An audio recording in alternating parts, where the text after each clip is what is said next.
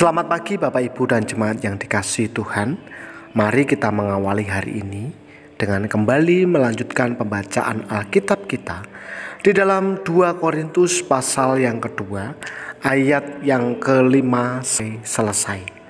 Demikian firman Tuhan. Tetapi jika ada orang yang menyebabkan kesedihan, maka bukan hatiku yang disedihkannya, melainkan hati kamu sekalian, atau sekurang-kurangnya, supaya jangan aku melebih-lebihkan hati beberapa orang di antara kamu. Bagi orang yang demikian, sudahlah cukup teguran dari sebagian besar dari kamu, sehingga kamu sebaliknya harus mengampuni dan menghibur dia, supaya ia jangan binasa oleh kesedihan yang terlampau berat. Sebab itu aku menasihatkan kamu, supaya kamu sungguh-sungguh mengasihi dia. Sebab justru itulah maksudnya aku menulis surat kepada kamu, yaitu untuk menguji kamu, apakah kamu taat dalam segala sesuatu. Sebab barang siapa yang kamu ampuni kesalahannya, aku mengampuninya juga. Sebab jika aku mengampuni, seandainya ada yang harus kuampuni, maka hal itu kubuat oleh karena kamu di hadapan Kristus, supaya iblis jangan beroleh keuntungan atas kita, sebab kita tahu apa maksudnya. Ketika aku tiba di Troas untuk memberitakan Injil Kristus, aku dapati bahwa Tuhan telah membuka jalan untuk pekerjaan di sana. Tetapi hatiku tidak merasa tenang, karena aku tidak menjumpai saudaraku Titus.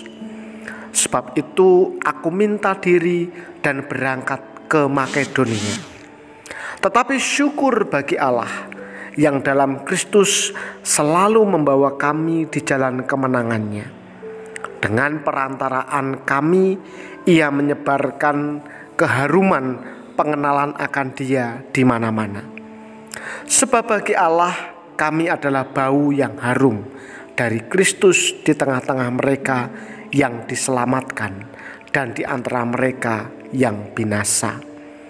Bagi yang terakhir kami adalah bau kematian yang mematikan, dan bagi yang pertama bau kehidupan yang menghidupkan. Tetapi siapakah yang sanggup menunaikan tugas yang demikian? Sebab kami tidak sama dengan banyak orang lain yang mencari keuntungan dari firman Allah. Sebaliknya, dalam Kristus kami berbicara sebagaimana mestinya, dengan maksud-maksud murni atas perintah Allah dan di hadapannya. Bapak, Ibu, dan jemaat yang terkasih di dalam nama Tuhan. Dalam artikelnya yang berjudul Mengampuni, Kuasa untuk Merubah Masa Lalu, Lewis Smedes menulis, ketika Anda mengampuni seseorang, berarti Anda memperbarui ingatan Anda tentang diri orang tersebut. Namun, tak sedikit orang yang menolak untuk mengampuni, meski tahu bahwa mengampuni itu mulia, bahkan bermanfaat. Bagi Paulus, pengampunan seperti peperangan.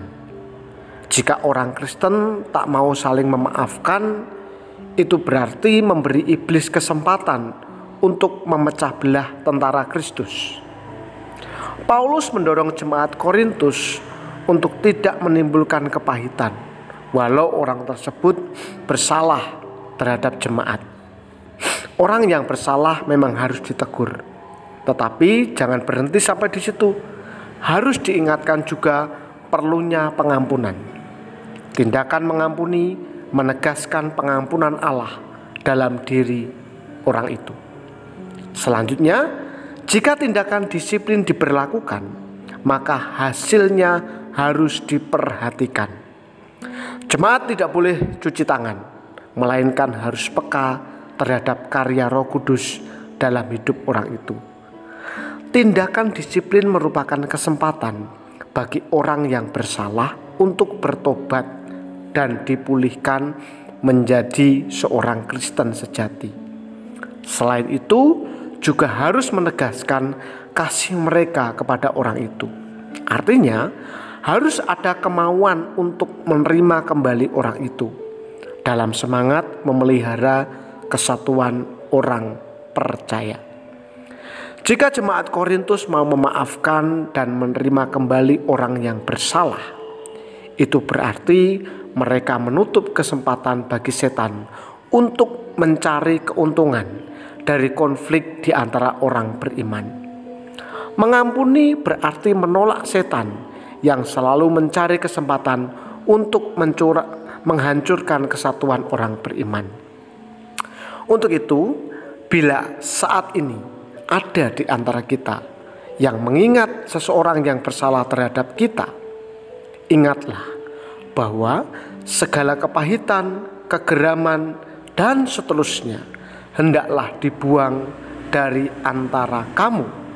Demikian pula segala kejahatan.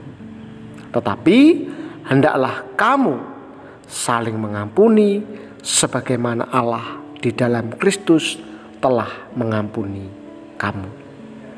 Mari kita berdoa. Bapa di surga, kami sungguh bersyukur jika pagi ini kami bangun dari istirahat kami menikmati segala kasih dan kemurahan-Mu.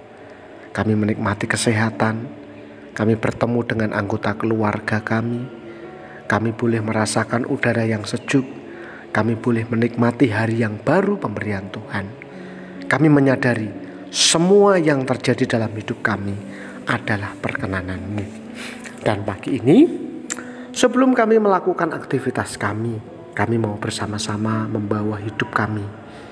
Kami berdoa untuk jemaat Tuhan di GKMI Salatiga maupun di cabang-cabang yang saat ini sedang sakit. Bapa, kami bawa mereka dalam doa kami. Kiranya Tuhan menjamah dan menyembuhkan mereka, memulihkan keadaan mereka, baik yang terbaring di rumah maupun sedang dirawat di rumah sakit. Tuhan, mari Engkau yang akan terus memberkati umat-Mu. Anak-anak yang masih studi, Tuhan berkati supaya mereka berhasil dalam studinya, mereka giat mengerjakan tugas mereka sebagai seorang siswa. Jemaat Tuhan yang bergumul dalam perekonomian, Tuhan kiranya terus memberkati mereka, memberkati pekerjaan mereka, memberkati usaha mereka, dan apapun yang saat ini menjadi jerih juang mereka.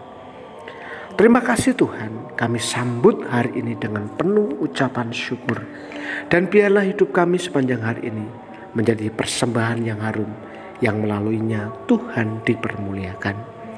Di dalam nama Tuhan Yesus Kristus kami berdoa dan bersyukur. Amin. Selamat beraktivitas. Tuhan Yesus memberkati.